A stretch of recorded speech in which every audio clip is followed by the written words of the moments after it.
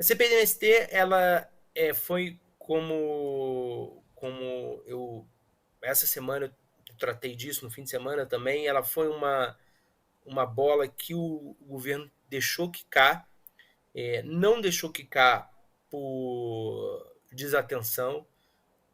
A Secretaria de Relações Institucionais, né, o Ministério do Alexandre Padilha, sabia o que estava acontecendo e deixou acontecer. O Arthur Lira instaurou, não houve nenhum trabalho do Palácio do Planalto para evitar isso.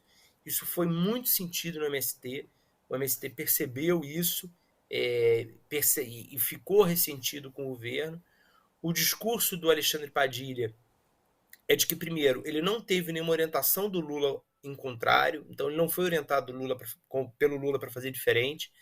Segundo, à medida que o MST fez ocupações durante o governo, um governo que tem disposição de dialogar pela reforma agrária, que havia voltado com o Ministério do Desenvolvimento Agrário, tem uma boa vontade, enfim, muito mais que uma boa vontade, é uma pauta do governo a reforma agrária.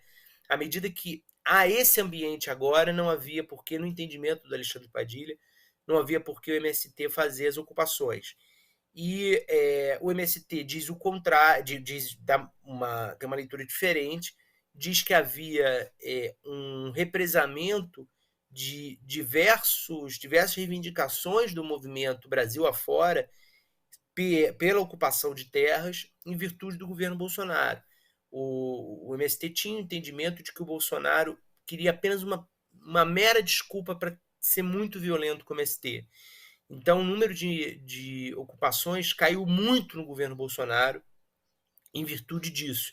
Foi uma decisão política do movimento de Sem Terra de não dar espaço ao Bolsonaro para fazer o que eles suspeitavam que o Bolsonaro quisesse, que era ter uma repressão muito violenta. Com o governo Lula, essas várias demandas espalhadas pelo país, elas ficaram muito latentes e eles não conseguiram nem convencer as pessoas que estão na ponta a não fazerem as ocupações. Então, esse cenário fez com que a bancada ruralista levasse à frente a movimentação para instaurar a CPI, conseguiram, e a CPI, ela promete, ela tem tudo para ser um grande massacre para a imagem do MST. Porque o relator da CPI deve ser o Ricardo Salles, que a gente sabe não é exatamente um entusiasta do movimento do Sem Terra. Ele foi ministro do Meio Ambiente, ele tem uma ligação com um ministro do Meio Ambiente que tinha uma atuação muito próxima dos ruralistas. Ele tem uma proximidade com a bancada ruralista muito grande. Então a gente sabe que ele vai ele vai ter um papel ali muito mais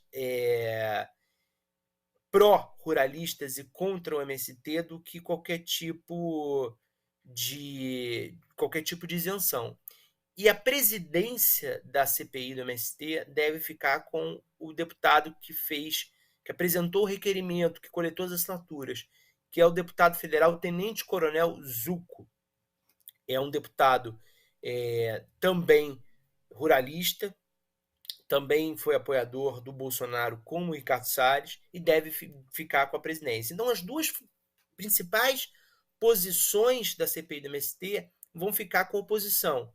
De novo, o governo deixou isso acontecer.